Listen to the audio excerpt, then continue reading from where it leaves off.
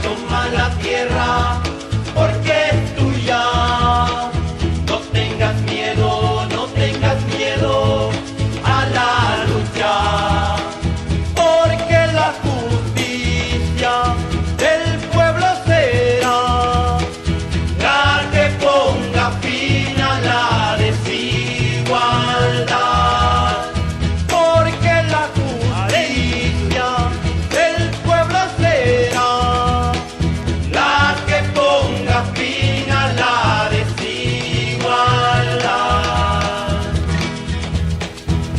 Bienvenidas y bienvenidos a su programa Esta Tierra es Nuestra, donde la palabra la tienen los pueblos. Este programa nace de la necesidad de darle voz a aquellas comunidades y a aquellas problemáticas que no están siendo tratadas desde los medios de comunicación oficial.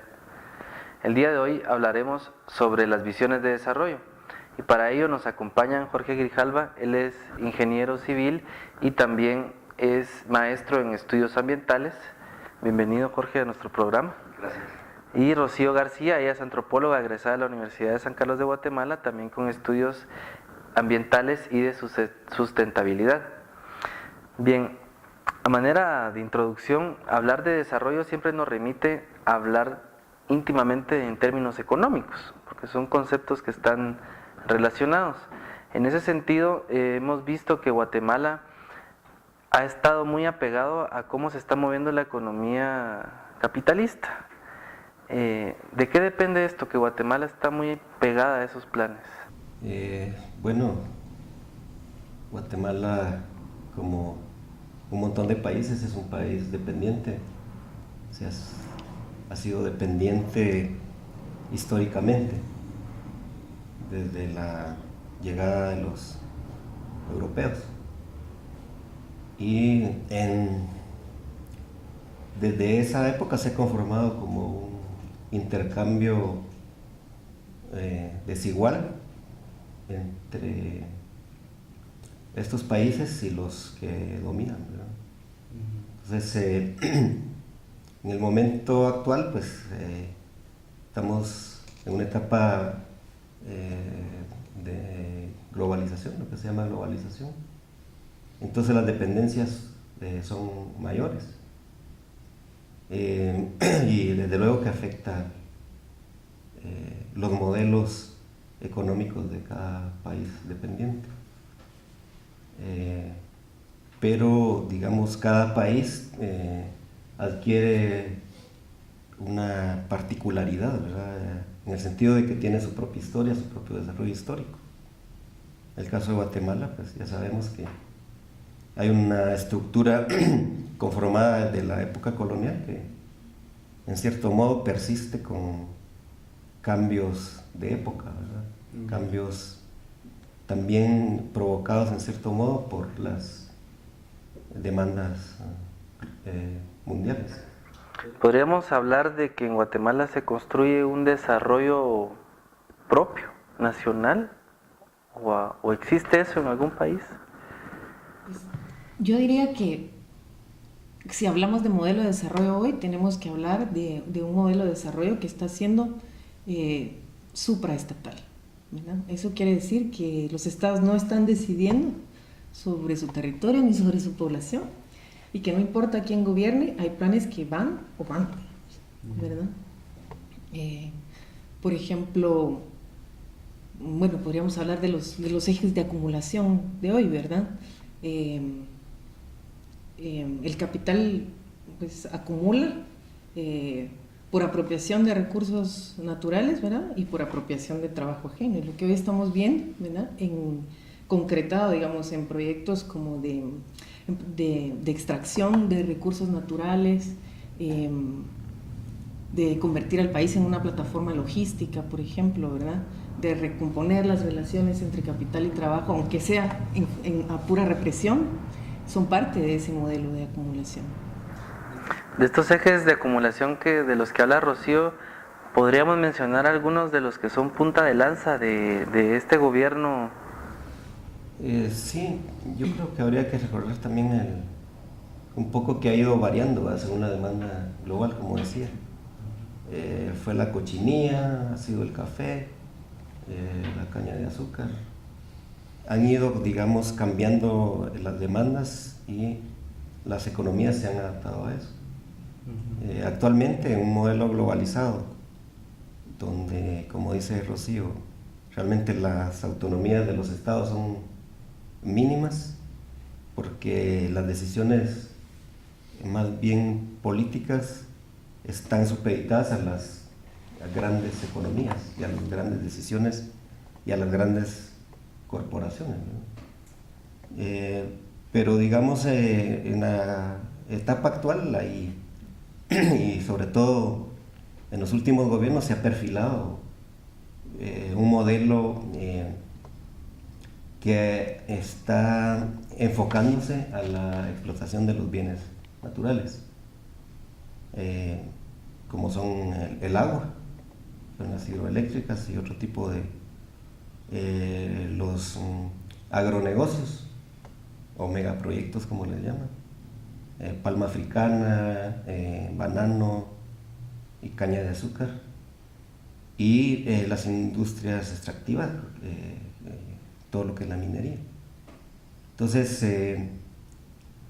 también eso tiene que ver con la economía global, porque la crisis del capital financiero llevó a que los capitales trataran de invertir más en materias primas, en lo que se llama commodities.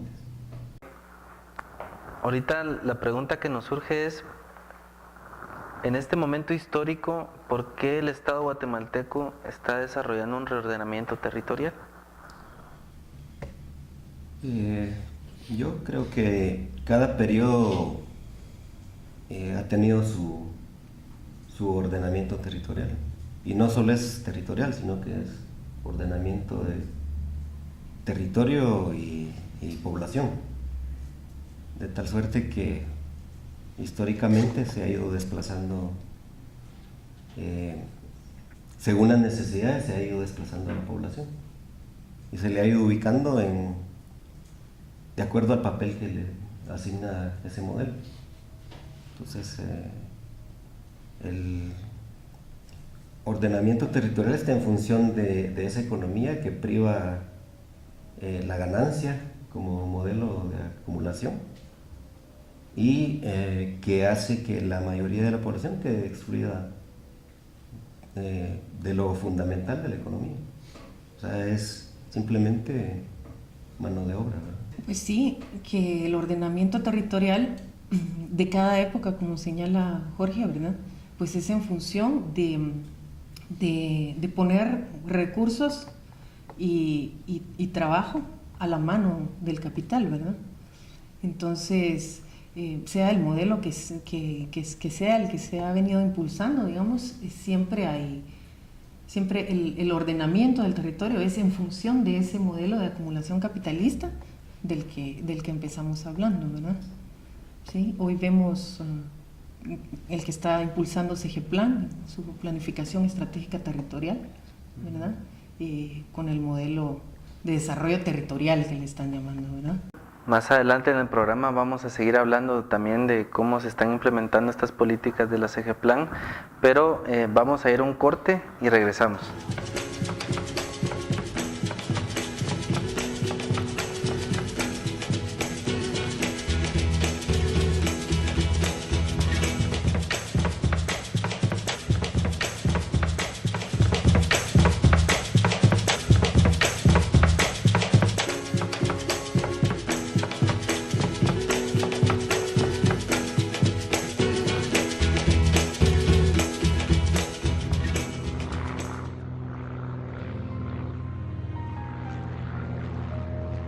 Actualmente la superficie de palma sembrada en Guatemala sobrepasa ya las 120.000 hectáreas, cifra que, aunque apenas representa el 14% de la superficie cultivable del país, pone en evidencia el acelerado ritmo de expansión de este monocultivo que en los últimos 10 años ha crecido en un 590%. Más allá de estos datos, lo realmente alarmante son los cambios radicales que ha provocado la expansión de la palma en los usos del suelo. El 20% de las tierras dedicadas a palma en el año 2010 estaban cubiertas con bosques en el año 2000. El 29% se dedicaban a cultivos de granos básicos. El 32% eran arbustos y pastos naturales. El 1% eran humedales.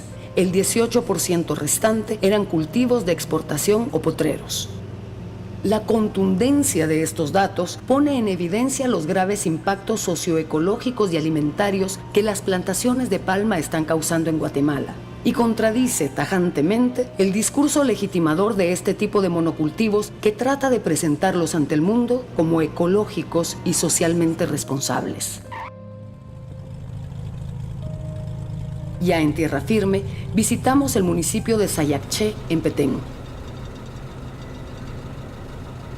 A orillas del río La Pasión se encuentra este municipio que en los últimos años se ha convertido en el territorio con mayor extensión de palma de toda Guatemala.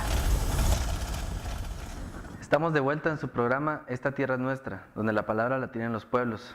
Continuamos hablando sobre las visiones de desarrollo y para ello quisiera preguntarle a Rocío ¿de qué se está basando, qué está necesitando este modelo para que se concrete? Hablábamos que básicamente tierra, ¿verdad? Básicamente tierra, otros recursos asociados a la tierra, ¿verdad? Como el agua, ¿sí? Para tener el agua hay que tener la tierra. Y trabajo, hablábamos de trabajo humano, básicamente, ¿verdad? Porque la tierra, bueno, hablando de tierra como productora, por ejemplo, de productos agrícolas, ¿verdad? Pero también de donde se extraen otros recursos, ¿verdad? Como madera, como petróleo, ¿verdad? Minerales. ¿verdad? Jorge, Básicamente tierra, agua, como parte de este avance, de estas nuevas políticas de desarrollo, algunas no tan nuevas, pero como ya se mencionaba acá, estamos como en un nuevo momento histórico. ¿Qué leyes son las que han abanderado este nuevo momento histórico en materia del desarrollo que se impone desde el Estado? Digamos que hay un punto de inflexión.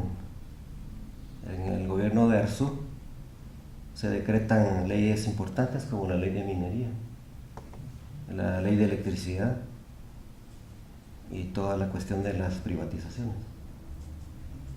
Eso va conformando un nuevo escenario.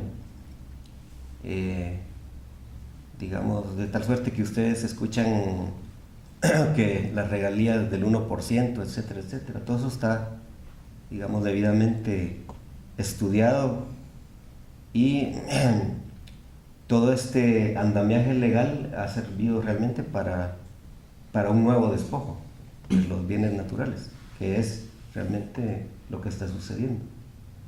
Porque, como dice Rocío, estas megaplantaciones demandan tierra. Entonces, hay una vuelta a reconcentrar tierra para este tipo de cultivos, pero también se está reconcentrando el agua. En la costa sur hay muchos ríos que ya no llegan al mar. Son saqueados, así, literalmente, en el camino. Entonces, para palma africana, que hay bastante en la costa también, para banano y para la caña de azúcar. Entonces, sea el cultivo que sea, tiene casi las mismas implicaciones, en el sentido de que está compitiendo con tierras cultivables que mucha falta hacen para producir alimentos para la gente.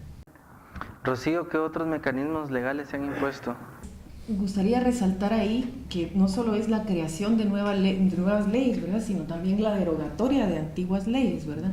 Por ejemplo, para crear la nueva ley de minería, pues se derogó la antigua, ¿verdad? Que era la que decía que las regalías al Estado eran de un 6%, ¿verdad? Entonces derogan la anterior y cambian a una nueva que solo otorga el 1% de regalías al Estado. Se derogó también, yo no sé si recuerdan, creo que le llamaban ley de tierras ociosas, pero no recuerdo cuál era el nombre exacto, que decía que de las tierras ociosas en propiedad privada, un 10 o un 20%, creo que era un 10, debía destinarse un 10% o 20% al cultivo de granos básicos, ¿verdad? Esa ley, por ejemplo, fue derogada, ¿verdad? Y además de eso hay un uso a conveniencia, un uso selectivo y a conveniencia de la Constitución Política de la República, por ejemplo, ¿verdad? Entre sus primeros artículos la Constitución habla de la protección a la vida, del derecho a la vida, ¿verdad? ¿Sí? Pero se le da preeminencia, por ejemplo, al derecho a la propiedad privada de los medios de producción, ¿sí? No estoy hablando de la propiedad privada de tu bicicleta o de tu casa o de tu camisa, estoy hablando de la propiedad privada de los medios de producción, ¿verdad? Yeah. Entonces hay un uso a conveniencia de esa Constitución. O por ejemplo, de aquel artículo que dice que los tratados internacionales tienen preeminencia sobre el derecho nacional. De ese nadie habla, por ejemplo, con respecto al convenio 169. Bien, estamos hablando ahorita de los mecanismos legales, pero hablemos también de quienes están adentro de estos mecanismos legales, de aquellos operadores políticos que participan, y para eso vamos a ver las declaraciones juradas de un funcionario del INDE con respecto a una interpelación que se le hicieran los pueblos de Zacapulas. En el departamento de Quiché estamos construyendo, o por lo menos tenemos los estudios topográficos y los prediseños de las líneas de transmisión de 69.000 voltios. La línea de plan de expansión de la transmisión es de 230.000, esta es de 69.000. Estamos construyendo una línea, pretendemos construir una línea de 35 kilómetros de 69.000 voltios desde Zacapulas y Chicamán. Tenemos que hacer una ampliación de la subestación San Julián hacia Chicamán de 65 kilómetros. Y tenemos que hacer un tendido desde la actual subestación de Quiché hasta Zacapulas. En total estamos sacando 35 kilómetros Zacapulas, Chicamán, 65 San Julián, Chicamán y 40 Quiché, Zacapulas. Inversión aproximada casi $10 millones. Aquí vale la pena mencionar que hay conflictos con las comunidades. Este dinero que yo les menciono es soportado por un préstamo que nos dio el Banco Interamericano de Desarrollo. El banco nos está haciendo presión para entregar proyectos. Si no podemos avanzar con esto, nosotros nos vamos con este dinero a financiar proyectos en otro lugar del país. Aparte, hay que hacer una ampliación a la actual subestación del Quiché. Las inversiones que están programadas son de $5.25 millones. Y vuelvo a repetir, si no podemos avanzar con el plan de electrificación rural en el Quiché, nos vamos a hacer inversiones a otro lugar del país donde no tengamos problemas para hacer el desarrollo. Modificaciones a la subestación de Ixtahuacán y una nueva subestación en Camojá, $2.65 millones. Ahí hay algunos problemas de paso.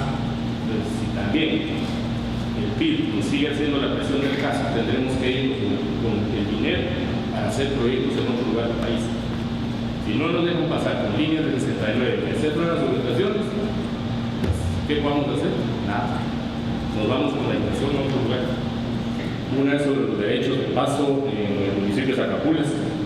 Ahí se está en gestión de los derechos de paso.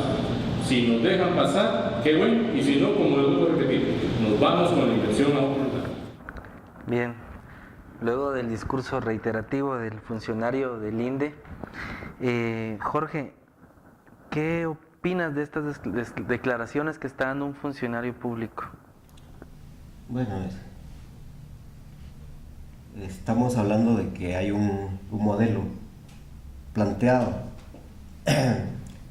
y es un modelo extractivo en el sentido de que se va a extraer la riqueza de los bienes naturales, ya sea por medio de hidroeléctricas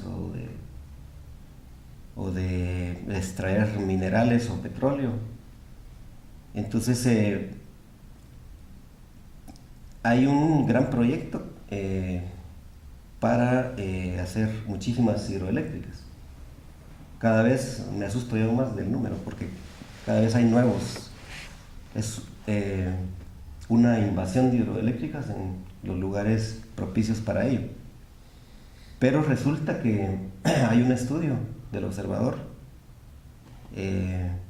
donde se demuestra que Guatemala no necesitaría tanta electricidad para cubrir su demanda nacional. Con las hidroeléctricas que hay, más un par de geotérmicas y un par de plantas eólicas, el país tendría asegurada la demanda de aquí a unos 30 años. Sin embargo, la proyección que ellos hacen es falsa, engañosa, porque es en base al Producto Interno Bruto. Hacen las proyecciones. Entonces el Producto Interno Bruto no ha crecido en la medida que ellos han planteado, los economistas han planteado, pero sin embargo las proyecciones de demanda sí siguen en esa línea. Pero ese es un modo engañoso de construir hidroeléctricas para generar, para exportar, ¿verdad? O sea, por eso es que son unos grandes negocios. Y por eso es que están dispuestos a todo, incluso a reprimir a las comunidades, a criminalizarlas, a hacer todo lo posible para meter su proyecto, a engañarlas, porque llegan con engaños a las comunidades a comprar las tierras o a arrendar las tierras. Pero se nota que digamos, detrás de ese discurso subyace un proyecto paralelo no declarado. Yo quisiera reflexionar sobre dos ideas que ahí se plantean. La primera es que estamos, como dije antes, ante un modelo de desarrollo que se impulsa a nivel supranacional, ¿verdad? Él hace mención ahí de dos organismos financieros internacionales que están haciendo presión para que se concreten las inversiones. Y la segunda es ¿a dónde se piensan ir si van huyendo de la conflictividad social? O sea, ¿será que van a encontrar aquí un lugar donde no haya conflictividad social? ¿Verdad? Porque la conflictividad hay que verla en su lado positivo como indicador de que el modelo de desarrollo no es un consenso, ¿verdad? Entonces, ahí es donde viene la represión, como dice Jorge. Bueno, si no hay consenso, entonces imponemos, ¿verdad? Sí, pero entonces, ¿a dónde se piensan ir? ¿Dónde no hay conflictividad social por megaproyectos? Claro, y además que el PER y el PET están obedeciendo también a una lógica regional o mesoamericana de transmisión y venta, como bien lo decía Jorge, de exportación de energía eléctrica. Bien, pero aquí nos surge un tema que puede ser contradictorio dependiendo desde el punto de vista que se le vea. Si estamos haciendo una crítica a este tipo de imposiciones, ¿cómo se deberían de administrar entonces los recursos naturales? Yo pensaría que ahí tenemos que partir de dos preguntas. ¿Le vamos a dar más importancia al interés social o al interés privado? ¿Verdad? ¿Le vamos a dar más importancia al derecho a la vida o al derecho a la propiedad privada de los medios de producción? Claro, digamos, ahí las respuestas pueden diferir dependiendo desde qué corriente ideológica se interpreten, ¿verdad? Pero desde la cual yo me sitúo, ¿verdad? Te podría decir que bueno, si buscamos el interés social y si buscamos el derecho a la vida, pues en las decisiones que tienen que ver con los recursos que nos permiten la vida, digamos, ¿verdad? Tiene que haber una comunidad amplia de administradores, ¿sí? No podemos seguir pensando que un funcionario nos representa a todos, sino que tiene que haber una comunidad amplia de evaluadores y los criterios para evaluar deben ser también amplios, porque esos recursos tienen valores múltiples, ¿sí? Valores que no son todos susceptibles de expresarse en moneda, ¿sí? No todos los valores que la gente le da al mismo recurso, que diferentes actores le dan al mismo recurso, pueden ser expresados en moneda, ¿sí? Entonces, un estudio costo-beneficio no es suficiente para decidir sobre un recurso. La decisión de un sector no es suficiente para decidir sobre un recurso. Todos los que ponen en juego algo de su vida en esa decisión tienen que participar de esa decisión. Tú, Jorge, ¿cómo ves este tema de la administración de los recursos? Miren, lo que pasa es que el sistema imperante, el modelo de acumulación, lo que genera es una ambición desmedida de la ganancia. Y eso se logra mediante el desarrollo de un montón de estrategias, pero una de las principales es el consumo. Entonces, estamos consumiendo energía estamos consumiendo un montón de recursos, de materia, porque, digamos, esa dinámica económica es la que genera riqueza y ese es el modelo que impera. Pero ese modelo tiene contradicciones contra la realidad. El planeta es un planeta con límites, no puede plantearse un crecimiento permanente, progresivo, como lo plantea el modelo capitalista, porque va a haber un momento en que ya no hay recursos, simplemente ya no hay recursos. Entonces un modelo distinto sería el que va preservando esos recursos para las generaciones que vienen. La crisis ambiental que tenemos es producto de ese modelo. Ustedes recordarán Guatemala, los más viejos como yo recordarán, hace 30 años este país era otra cosa. Y ahora estamos, digamos, comiéndonos, y ese modelo perverso de que va desplazando a la población y la va acorralando en las peores condiciones, realmente ya no se puede sostener. O sea, yo me imagino esto como como una molienda de caña. Ahorita nos están sacando hasta la última gota de jugo. Ya, sí, incluso hasta en el siglo XX fue que se dieron cuenta los grandes científicos que los recursos eran limitados, ¿verdad? Y a pesar de eso no salimos del asombro de la revolución industrial y esa producción innecesaria de mercancías que nos hacen también que se nos exploten los recursos naturales. Bien, estas visiones son occidentales por un lado y están siendo orientadas desde los grandes capitales. Ahora bien, desde los pueblos y las comunidades, ¿se está hablando de desarrollo también o estamos hablando de otra cosa? Nosotros que hemos andado y hemos escuchado en los idiomas mayas, pues ni siquiera existe la palabra. Y entonces el modo de la gente es otro, ¿verdad? El modo es una concepción comunitaria. Si la comunidad está bien, estamos bien. Entendida la comunidad como no solo el conglomerado humano, sino que el entorno, todo, pues, los animales, las plantas, el viento, el agua. Entonces, la medición de cómo estamos, de si estamos bien o no estamos bien, va en el sentido de cómo está todo, el conjunto. Es una visión más global. Entonces, el desarrollo que nos venden, que nos han vendido todo el tiempo es, y hay carteles, ¿verdad? La maquinita que entra, el tractor, la carretera, de ahí vienen los edificios, de ahí el almacén, ¿verdad? Porque hay que vender. Y entonces, digamos, ese es el modelo, pero digamos que históricamente la gente ha vivido de otro modo y se puede vivir de otro modo. Bien, después del corte vamos a seguir profundizando sobre estas otras visiones de desarrollo, no solo sobre las visiones de desarrollo que se nos están imponiendo a los pueblos y a las comunidades. No se despegue de sus asientos, seguimos con su programa Esta Tierra es Nuestra.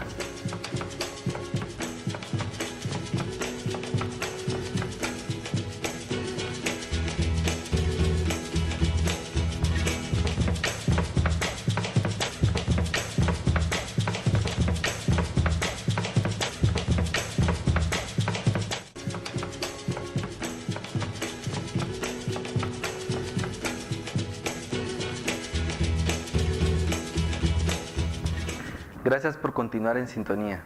El programa de hoy lo hemos titulado Visiones de Desarrollo y precisamente antes del corte conversábamos con nuestros panelistas sobre si estas visiones de desarrollo están siendo avaladas desde los pueblos, y ya Jorge nos hablaba de que ni siquiera en los idiomas maternos indígenas existe la palabra desarrollo. Rocío, ¿querías agregar algo al respecto? Sí, me gustaría que hiciéramos una diferenciación en lo que respecta al término desarrollo desde las ciencias sociales, ¿verdad? Donde se ha asumido como un progreso lineal, ¿verdad? Al menos las hegemónicas, ¿verdad? Es hasta muy recientemente que se le entiende como el devenir de los pueblos, digamos, ¿no? Pero se ha asumido como un crecimiento lineal, ¿verdad? Crecimiento económico, lineal y ascendente, ¿verdad? Desde la política pública, ¿verdad? Que no se nos olvide que en Guatemala nos dieron desarrollo cuando pedimos reforma agraria, ¿verdad? El desarrollo como política en Guatemala es un concepto contrainsurgente. Y bueno, luego reiterar lo que decía Jorge, ¿verdad? En los pueblos indígenas no existe ni siquiera una traducción literal del término desarrollo, ¿verdad?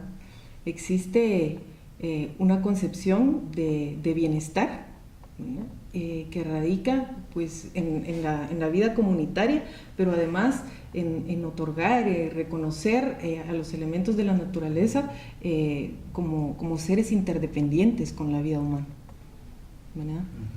Entonces, ni siquiera se puede traducir literalmente ese progreso económico lineal y ascendente, ¿verdad? Eso. ¿Y ustedes creen que para dirigir otro tipo de política las comunidades y los pueblos deben de accesar pues a las municipalidades o a los consejos comunitarios de desarrollo que en su esencia o en teoría están para llevar el desarrollo a las comunidades? Rocío, ¿qué nos puedes decir? Yo ni siquiera estoy segura que este modelo administrativo le sea funcional al modelo de desarrollo del que estamos hablando, ¿sí? Ni siquiera estoy segura que este modelo de administración nacional, regional, departamental, municipal y viceversa esté funcionando a la medida del modelo, digamos, ¿verdad? Entonces, si partimos de que es lo único que hay como espacio de participación, pues efectivamente supongo que han de participar, ¿verdad? Proponiendo esos modelos de desarrollo. Ahora, creo que ahí hay que hacer al menos dos acotaciones. La primera es que los pueblos indígenas tienen sus formas organizativas, ¿verdad?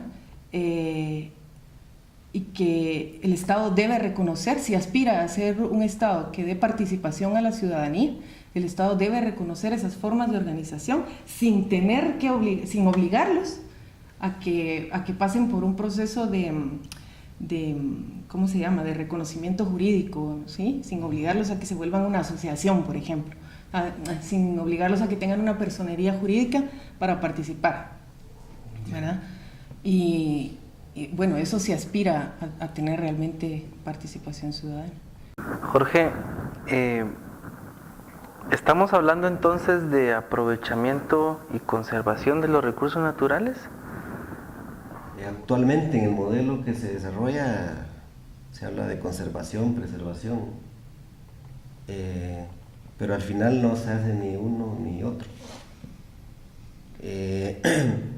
Yo creo que un modelo distinto debería de considerar la actividad humana y la especie humana como una especie más dentro de un gran ecosistema.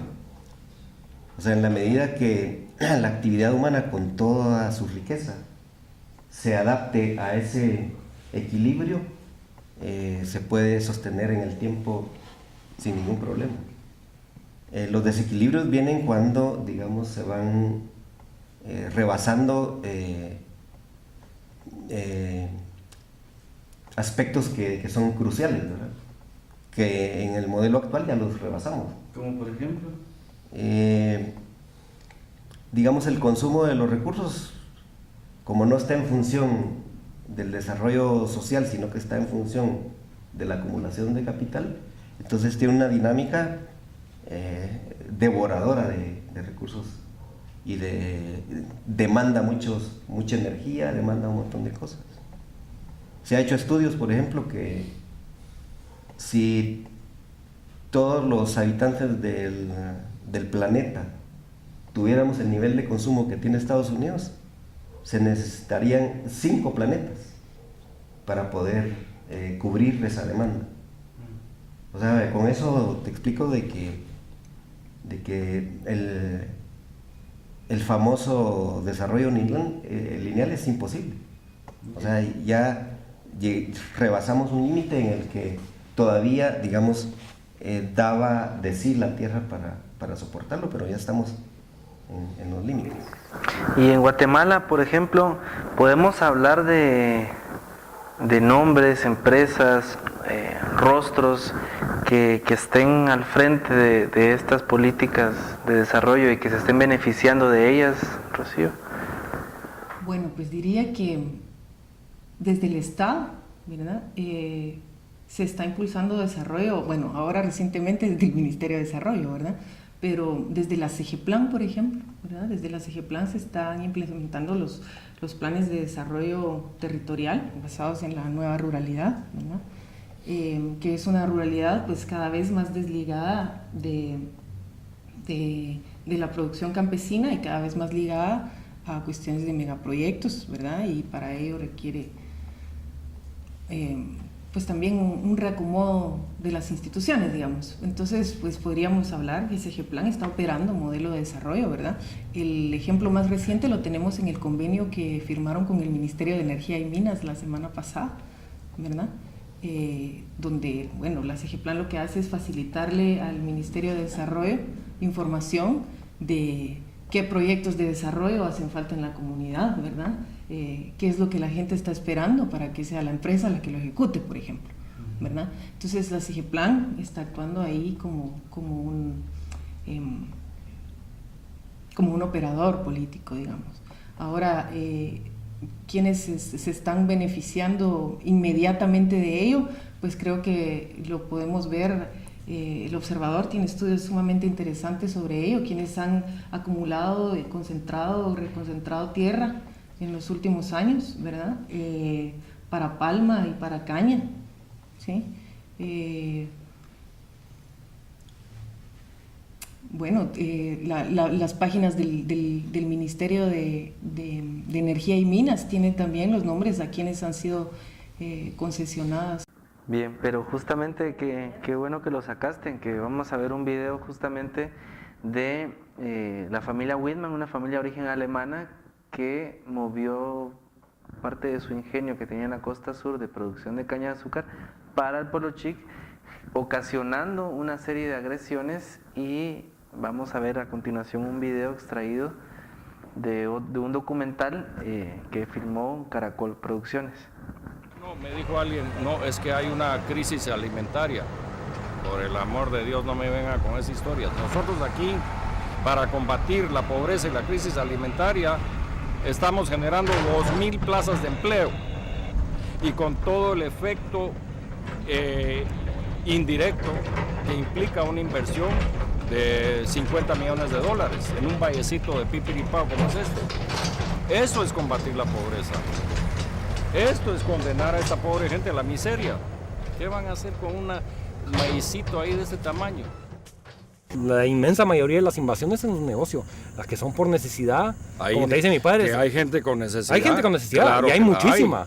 Pero esa gente con necesidad, si tan precaria es su necesidad, antes prefiere venir a trabajar contigo, que van a cobrar el primer día, y no sentarse 4 meses a ver cómo crece el maíz. Los que en verdad tienen necesidad, la gente más pobre, generalmente son nuestros empleados, que no se pueden dar el lujo de hacer estas cosas, aparte de que tengan conciencia.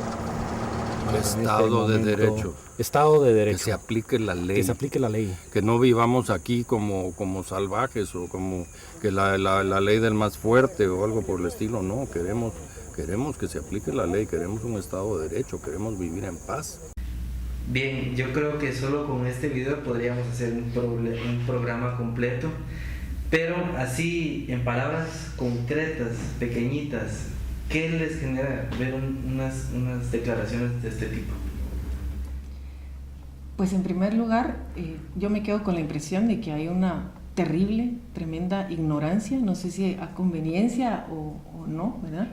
De lo que es el modelo de producción campesina, ¿verdad? Y una gran confusión entre lo que es trabajo y lo que es empleo, ¿verdad? Primero, la economía campesina, ¿verdad?, no se basa únicamente sobre la producción agrícola, ¿verdad? Es una de sus múltiples bases, ¿verdad?, y cuya cuyo fin primordial es suplir las necesidades alimenticias, digamos, pero no es la única estrategia sobre la cual se basa la economía campesina, ¿sí? Eso uno. Y lo otro, ya no me acuerdo qué había dicho, sobre la economía campesina y de la ignorancia de que pareciera que no se conoce cómo se vive realmente. Bueno, y la otra era la confusión de trabajo con empleo, ¿sí? La gente no se sienta meses a ver cómo crece el maíz, ¿sí? La economía campesina es un trabajo, ¿sí?, arduo, ¿sí?, que tiene múltiples bases. La gente se dedica también a otras cosas, a comercio, a trabajo en las fincas, a cosas complementarias, ¿no?, artesanía, turismo, yo qué sé, son estrategias complementarias, ¿verdad? Entonces trabajo siempre tiene. De repente lo que no tiene es esa remuneración que hace la diferencia entre trabajo y empleo, ¿verdad? ¿Sí? Entonces, pero si la gente suple sus necesidades alimenticias, ¿verdad?, pues de repente ya no tiene tanta necesidad de vender su fuerza de trabajo a un finquero como este. Es triste porque, digamos, es una visión alargada en la historia, que mantiene, digamos, este modo de acumulación y este modo de apropiación y este modo de exclusión de la mayoría de la gente, ¿verdad? Esa mentalidad de finquero, ¿verdad? Guatemala es una finca al final para la oligarquía. Entonces,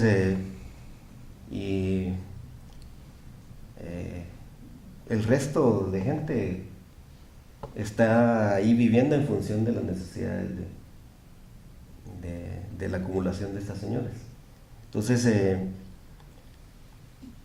digamos que el famoso modelo que ellos plantean de la derrama económica, ¿verdad?, que damos empleo, que como se está haciendo inversión va a haber mucha producción y entonces va a rebalsar la tinaja de la riqueza y se va a derramar y nos va a servir a todos.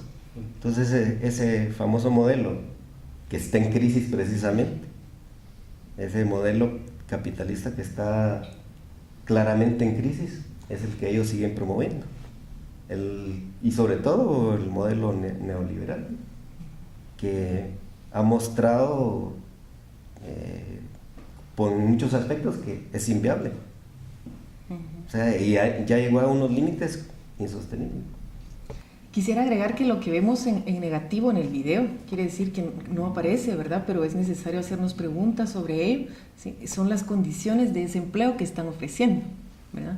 No solo las condiciones salariales, ¿verdad?, que están hablando, por ejemplo, de un salario por productividad que te exige trabajar más para llegar al mismo salario mínimo que antes tenía la gente, ¿verdad?, sino además las condiciones de salud, por ejemplo, ¿verdad?, en los mismos ingenios de la costa sur, cuánto tienen que trabajar los trabajadores para llegar a la cuota que se les impone, ¿verdad? Y sobre la enfermedad renal crónica que padecen los trabajadores de la caña no se habla, por ejemplo, ¿verdad? Claro, y que también es un trabajo estacional que se da en épocas específicas. Exacto, ¿cuántos empleos son estacionales o temporales y cuántos empleos son permanentes? Claro. Jorge, volviendo al tema de cómo si los pueblos no le están llamando desarrollo, ¿a qué se están refiriendo los pueblos entonces? ¿Cuáles son esas perspectivas que están surgiendo o que se recuperan? Yo creo que hay cosas que no se pueden recuperar en estado puro, pues, sobre todo en un contexto tan difícil. Pero sí hay esfuerzos, creo yo, para plantearse modos diferentes de producir, de intercambiar, modos diferentes de funcionar económicamente. Ya Rocío hablaba de la economía campesina, que tiene un montón de virtudes. Tan es así que Naciones Unidas, no sé si este año o el otro, lo nombró como año de la economía campesina o familiar. Digamos, hay hay muestras de que se está caminando hacia ahí.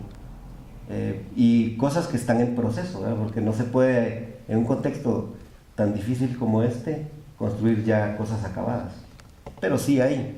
Entonces, hay granjas agroecológicas o comunidades que ya están produciendo con granjas agroecológicas que se enfocan a garantizar la soberanía alimentaria, a intercambiar los excedentes y también una cosa importante, a mantener la salud mediante una nutrición correcta, ¿verdad? Un regreso un poco a cosas que se comían antes y que se han dejado de comer, cosas nutritivas que existían aquí como el amaranto que se ha descuidado y se está recuperando. Hay también esfuerzos para la autonomía energética. 31 de mayo, hace poco, se acaba de inaugurar una micro hidroeléctrica que va a abastecer a varias comunidades de la zona. Entonces, sí hay pasos, ¿verdad? Y ese ejercicio autonómico, por ejemplo, en el caso de 31 y de otras comunidades, también se da dentro de la organización social. Ya. Rocío, antes del cierre de este bloque, ¿cuáles son las limitantes a las que se enfrentan estos modelos alternativos de los que está hablando Jorge? Pues bueno, primero que se encuentran constreñidas, ¿verdad? No están, pues no sé cómo decirlo, como desconectadas de la matriz, ¿verdad? Están constreñidas por un modelo que las domina, ¿verdad? Y tienen que coexistir y tienen que convivir con él, ¿verdad? Entonces, por ejemplo, ante la preeminencia del mercado como forma de intercambio, ¿verdad? De alguna manera tienen que vincularse al mercado en algún momento, que no es la única forma y de repente no es tampoco la que ellos quisieran, pero es la que en este momento tienen que asumir, digamos, ¿verdad? Esa, por ejemplo, es una limitante grande. Bien, vamos a nuestro último corte. Estamos en su programa Esta Tierra es Nuestra, donde la palabra la tienen los pueblos. No se despegue de sus asientos. Continuamos.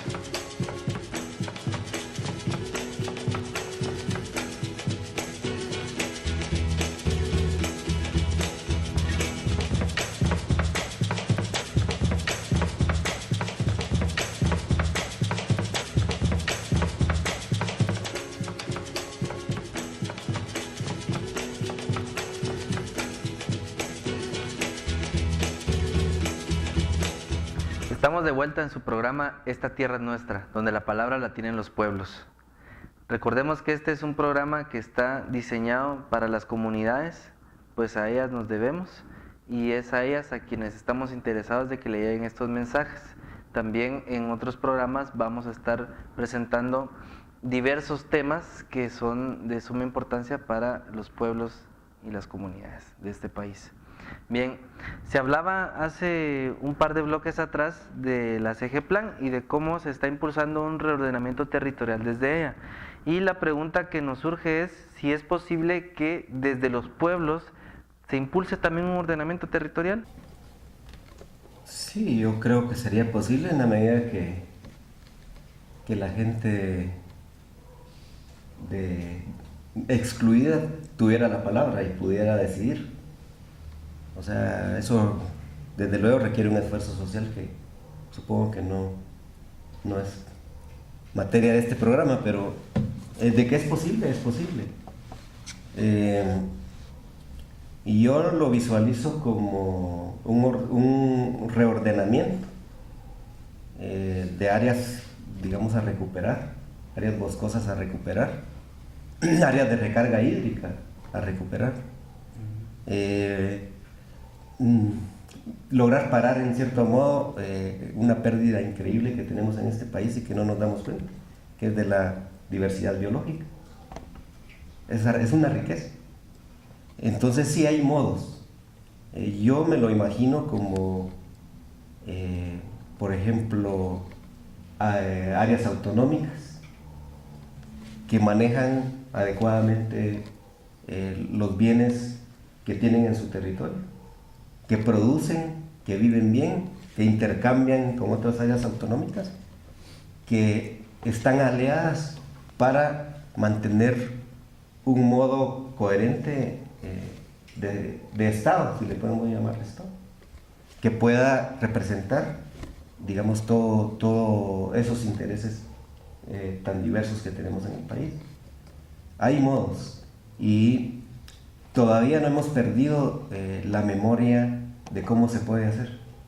Hay ensayos incluso. CPR fue un ensayo de autonomía, de autogestión política, de producción, de planificación para la producción. O sea, es posible, fue en pequeño, pero es posible hacerlo en mayores, pero para eso tendríamos que salir de un sistema que es totalmente opuesto. Claro, o sea que no es que no se quiera, sino que no nos dejan, ¿verdad? Bien, vamos a ir con un video del buen vivir que recupera pues algunas posturas que aquí ya han salido, ¿no? Es con la idea de aportar al debate, y es de varios países de Sudamérica donde también existen pueblos indígenas, donde se está impulsando esta nueva forma de vida. El modelo occidental que estaba hecho para la conquista, para la acumulación, para la monocultura, para acumular riqueza en un solo nado, está en crisis. Está en su crisis financiera, en la crisis ambiental, en la crisis del capitalismo. Frente a este fracaso, las poblaciones originarias reafirman su visión de desarrollo. Ellos defienden la filosofía del buen vivir o summa causai, una propuesta alternativa muy opuesta al modelo capitalista que se basa en un desarrollo armónico con la naturaleza y la igualdad de condiciones entre sus pobladores. Nosotros, los pueblos indígenas, vemos el desarrollo desde nuestras cosmovisiones, no desde afuera. Nosotros no necesitamos a que las grandes empresas nacionales traigan su propio desarrollo. No, por eso nosotros como pueblos indígenas tenemos nuestro propio conocimiento, porque tenemos nuestra propia cosmovisión, cómo vemos el mundo desde nuestra forma de desarrollo. La concepción del mundo desde nuestro pueblo maya está conformada por un sistema de ideas organizadas progresivamente en el tiempo y en el espacio. La madre naturaleza, la persona, la sociedad, la vida colectiva y comunitaria cotidiana, la armonía y el equilibrio. Somos cultura de vida, lo que quiere decir que el hombre no es más importante que la planta, que los animales o que la tierra. Somos un conjunto de todo lo que existe y eso se llama vida. Por lo tanto, el desarrollo tiene que ser armónico, el desarrollo debe ser complementario, el desarrollo finalmente debe ser vida y no muerte. Claro que vamos a tener choques. Nosotros, los pueblos indígenas, tenemos una forma diferente de ver las realidades, de ver el mundo, ¿no es cierto? En torno a esto del summa causa y del buen vivir, para nosotros la naturaleza, la Pachamama es nuestra madre. No es una mercancía. Entonces para el occidente no, es una mercancía que se la puede coger, comprar, violar, extraer, matar, ¿no?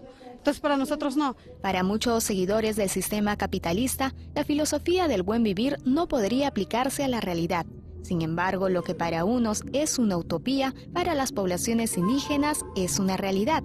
Las poblaciones indígenas han sabido aplicar la filosofía del buen vivir desde hace cientos de años. Para esto, nuestro reto es incorporar la visión indígena de las mujeres indígenas en la construcción de una sociedad más justa, equitativa, recíproca y unida para el bien vivir. Lo que plantea la filosofía del buen vivir es un espacio para todos, es decir, debe haber un espacio para la propiedad privada, la propiedad pública y la propiedad comunal, todas ellas desarrollándose de manera equilibrada. Para que exista este tipo de desarrollo, debe también primar el respeto a los pueblos indígenas y su opción de desarrollo. Bien, si el modelo de desarrollo dominante continúa, ¿a qué amenazas nos estamos enfrentando no solo como pueblos, diría yo, sino como humanidad? Pues un profesor que yo tenía me dijo que era como serruchar la rama del árbol donde uno estaba sentado, ¿verdad? Sí. Yo creo que eso es muy ilustrativo, porque Jorge decía hace un rato, si todos quisiéramos tener el nivel de vida o el modelo de desarrollo que tienen los países del norte, bueno, necesitaríamos 5 planetas Tierra, ¿verdad?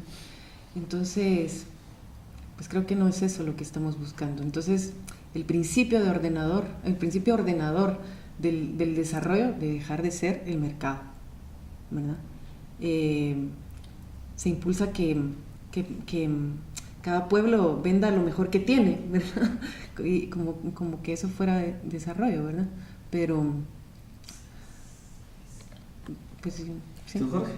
Pues, digamos, lo preocupante de que la crisis del modelo neoliberal ha llegado a un límite en que tiene que reinventarse o reformularse, y entonces ahora ellos están hablando de economía verde. Eso promovido por las propias Naciones Unidas a través del PNUD y del programa de medio ambiente de Naciones Unidas. Entonces, ¿qué es de qué habla este programa esencialmente?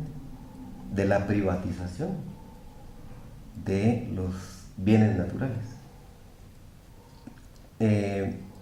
Los servicios ambientales van a ser propiedad de la empresa que tenga la región o el ecosistema o lo que sea. Lo que se produce en ese bosque, cada plantita va a estar patentada y no va a ser utilizada por nadie más. Digamos, se va a privatizar el agua, que ya se está privatizando. O sea, es un modo salvaje, digamos, de visualizar lo que es de todos. Porque aquí estamos, somos una especie más, pero aquí estamos.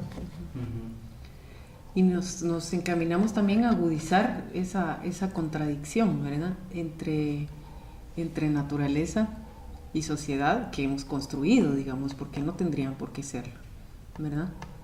De hecho, no está dado así naturalmente, digamos, ¿verdad? Y sin embargo, digamos, cada vez se está serruchando la rama del árbol donde estamos sentados, pero cada vez hablamos más de conservación, ¿verdad? Y de responsabilidad social ambiental, por ejemplo, de las empresas. ¿Y cuáles son los retos, ya a manera de conclusiones, para ir finalizando este programa que hemos titulado Visiones de Desarrollo? ¿Cuáles son los retos de los pueblos? ¿Hacia qué nos enfrentamos en esta etapa, en este momento histórico? Bueno, los retos son mayúsculos, ¿verdad? Y lo que tenemos en nuestras manos es nuestra organización y nuestra participación. Como ir juntando fuerza social, que es lo único que puede producir un cambio. Y ya se está dando pues en diferentes partes del mundo, pero hay que seguir desarrollando ese esfuerzo. Hay un libro de John Holloway que se llama Agrietar el capitalismo.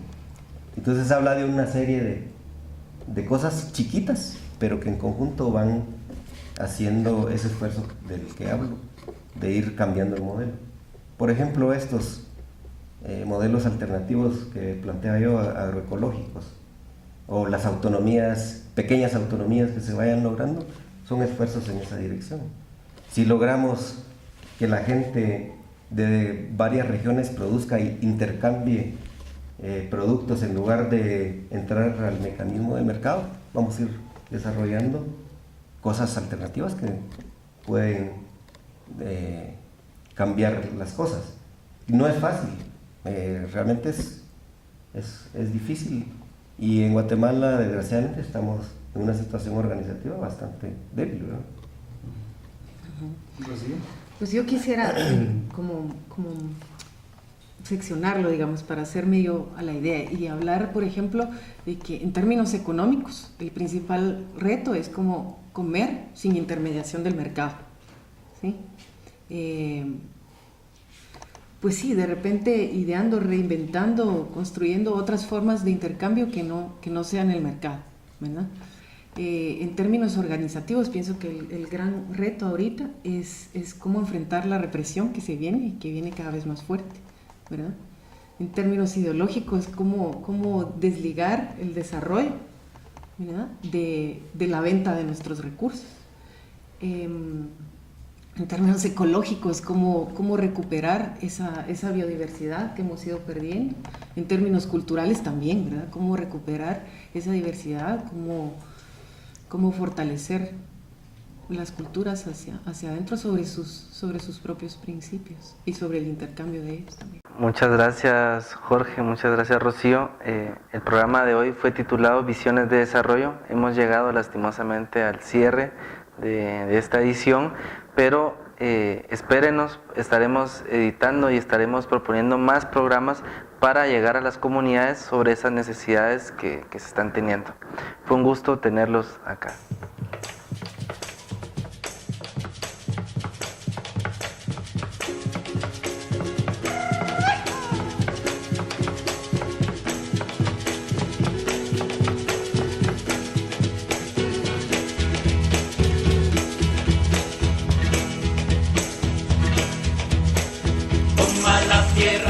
Toma la tierra, porque